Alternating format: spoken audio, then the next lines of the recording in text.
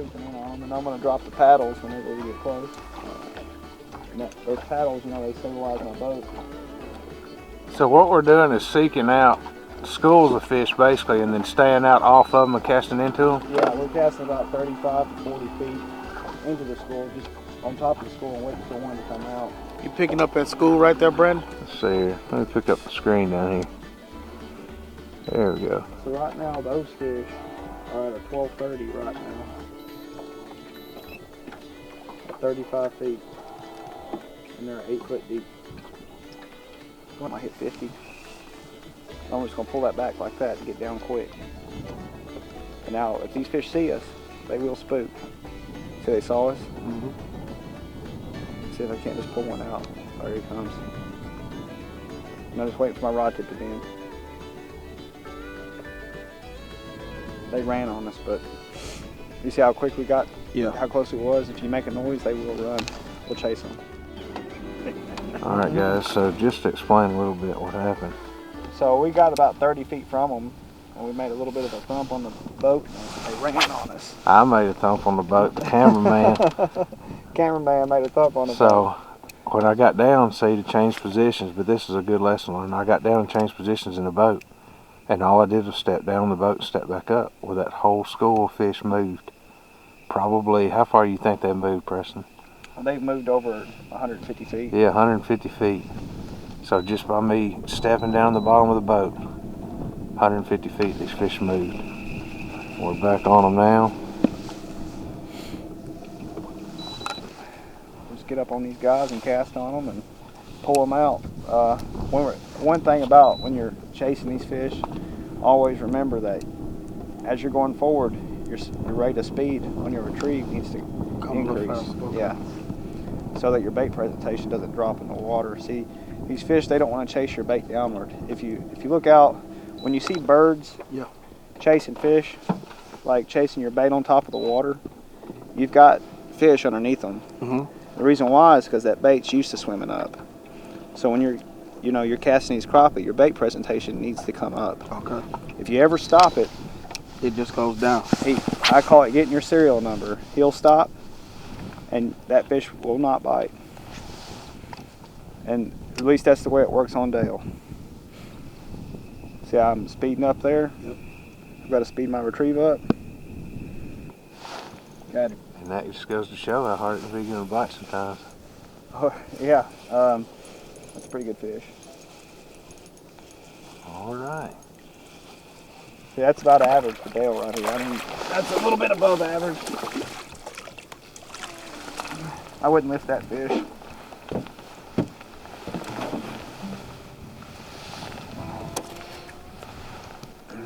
But you just got to stay after them, you know. If you spook them, you can still catch them. Pretty fish. It's not the end of the world. They've actually slowed down for us. So. He'll make a sandwich, won't he, Terry? Oh yeah, he's a good fish. That's what's in that school right there. I'm using the 2-pound Trouto SOS line. That's what I use. It's what works for me. And it's worked pretty good for me so far. I've never broke it. A lot of people, you know, they're kind of, you know, in fear of using a lighter pound test, but you have the right rod tip, and you know, when you set the hook on a crappie, you don't drive it home because they're paper lips. They're soft lips. A little faster now. You want to make it look like that bait's going to get away. There he is. There he is.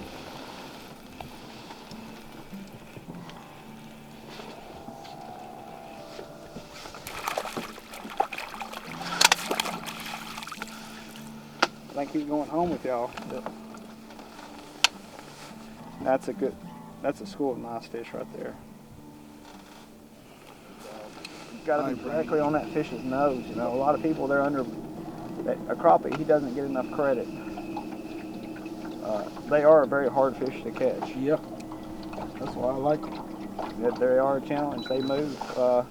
On Dale last year, I made a book, a record, how many times these fish moved, and I counted 22 different times. These fish here will be out in the main lake by summer.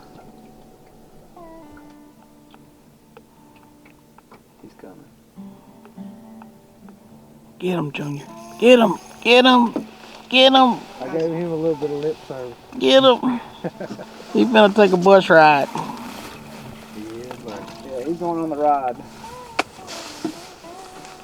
Yeah, I felt him load up. I gave him a little lip service. That lasted. He wasn't doing that to me again. Shoot, yeah, man. He's taking the ride, isn't he? Yep. Boat ride. What you got there, Brandon? Oh, See a little crappie yeah. there. Look at that. Those split tail. That's that split tail variety. Y'all ever seen one of those? They're exclusive to Del Hollow Lake. Can't find them anywhere else. That's a split tail crappie. Y'all remember Del Hollow? Old Brandon done hooked up again. Little lip service. That's all they need when you feel it load up. Just a little bit. Oh, that looks like this might be a pretty good one right there. Big little fish here. Oh, a magnolia too. Decent now. You like to bill dance it? Hey, if I do, just make sure you're rolling, brother. I'll take one for the team. Yeah, man. That's a good black nose. Look at that. Ooh, look at that southern dessert right there. Pretty fish. They're thick, man. ain't they? Yeah, they are. Yeah, they are. How cool is that? Those tell me those fish are big. Their tails are not going to be wagging at 60. If I'm zoomed out at 65 feet, and that fish just looks like a dime on the screen, he's not a very big fish. You know, he might get 10 inches. If you see his tail wagging, you're looking at anywhere from 12 to 16 inches.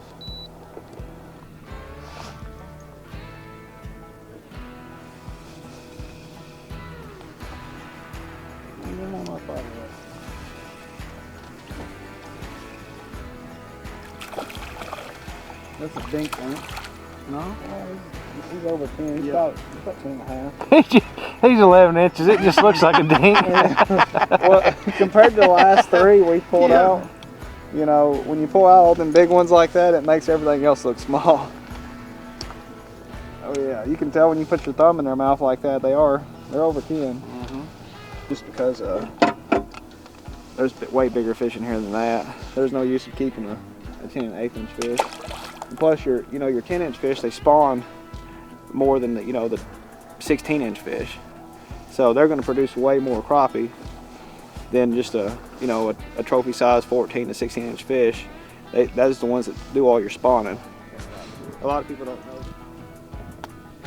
June bug tastes good. You better go and get you a little bit, buddy. There he is. Look at Oh, that's got to be. Come on up here. Come on up here. That's a good hook set, man. You didn't Bass Pro it. Look at her. Ooh, come on here, Dad. That's a nice Magnolia. one, man. That's Look a at nice that. one. Oh, yeah. Look at that. Oh, that's a good one, man. It's one of them Delta. Look at her. What do you think about that, Brandon? That's a good one, buddy. You like it right there? And what I tell you, I popped them off.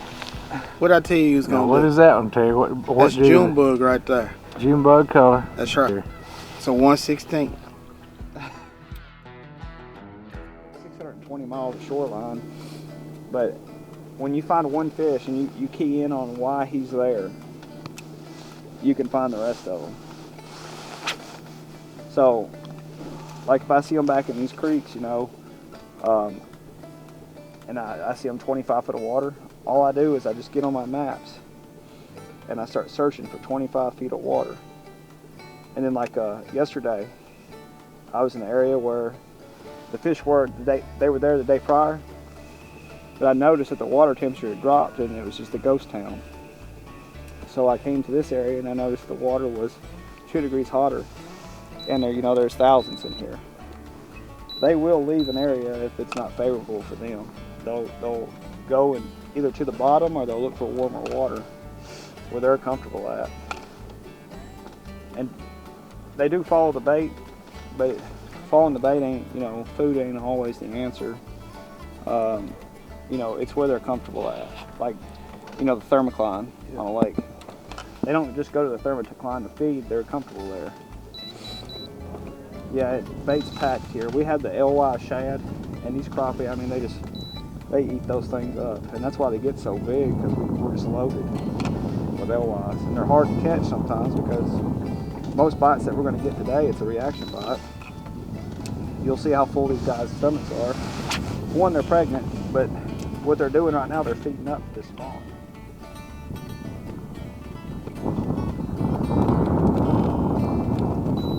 Oh! Pull it off, huh? Did your line break? Line broke.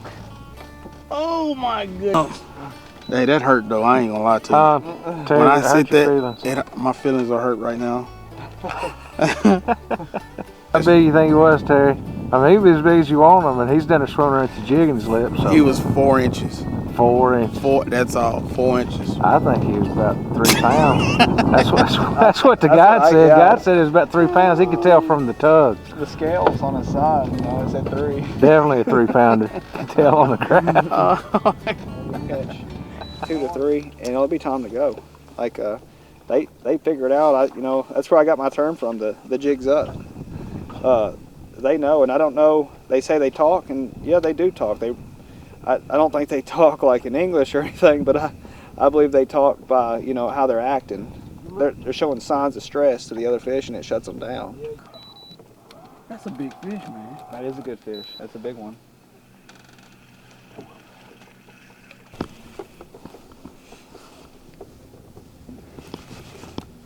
That's a hard pulling one right there.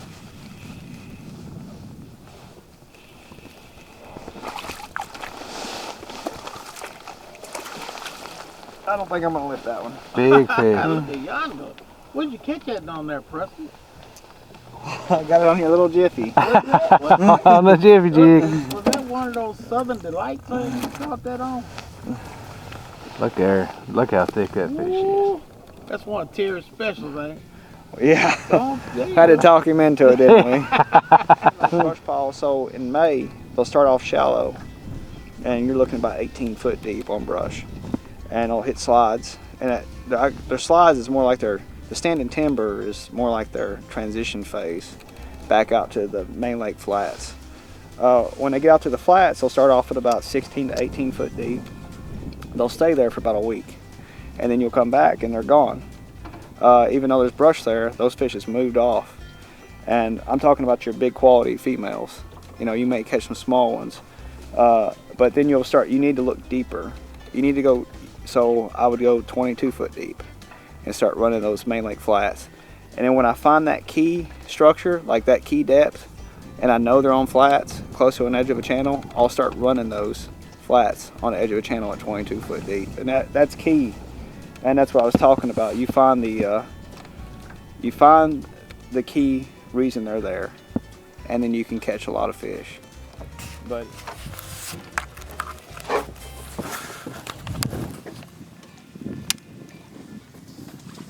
Get the net, Terry. it's a big white.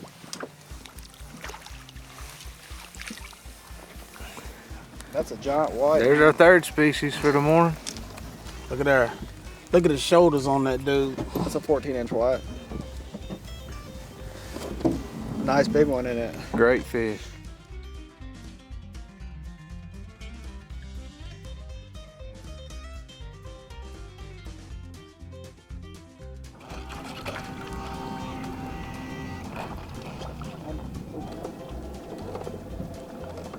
Doing something a little bit different now. We're actually going to be fishing crappie on grass. Yeah. So it's be the lower end of the lake, you know, you've got to fish crappie a little different. 22 feet. Now these fish will be on the bottom. They'll be just above the grass. Almost fall off us now. Oh man, let's see him way out. Good one too, isn't it? Look here, black now. Barely on. Oh.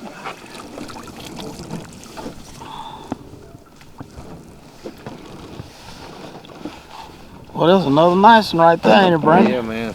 Look at there. Belly on it. when the fish starts to come up after that jig, you have to kind of almost speed up just a little bit. Yeah. I mean, don't run it away from them, but if you speed up just a little bit, it's like it turns on that instinct. And It's reaction bite. you're just looking for it to load up too, by the way. It's not a pump or a thump. I mean, it's just going to load up when it does. Yeah, it's just the pull, man. Yeah. Well, you got a good one, man. This is another big one. I wouldn't fight this one. They are big fish down there, man.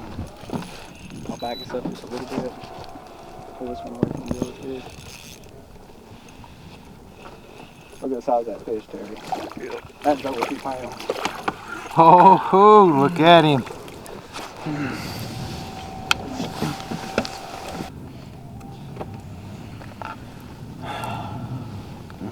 Somebody tell Dayton to get the net. Look there. What a fish. Turn him around there where we can see out the girth on that fish. I mean the belly on it. So thick. Look at it. Yeah, that one's over 2. That's an extra large size sandwich right there, I think. That's exactly what it is. That's one for you there. XL for the hoagie bun. They're in trouble now. I figured out the code. You know what I mean? Like you're saying, speed. You know, right now. Start right now. I'm able now to do it just before you say it.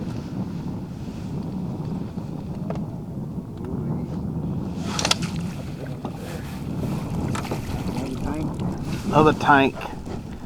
And look there too, another black nose. Look at there. Little hair jig, just a little 1/16 ounce. And you can see the reason why I like that soft tip is because you can tell if there's any weight on it at all. Yeah. And that's what it requires. What a pretty fish, man. Yeah, that's a big fish. That's a huge fish, man. See how deep you can see him? Yeah. I can feel him. I mean, that's fishing the tank. Holy cow. Oh, there you go. Oh, wee. Now that's a giant. Now that is a giant. Oh, crappie. Holy cow. Look at this, Terry. Whoa, let me back it out a little bit.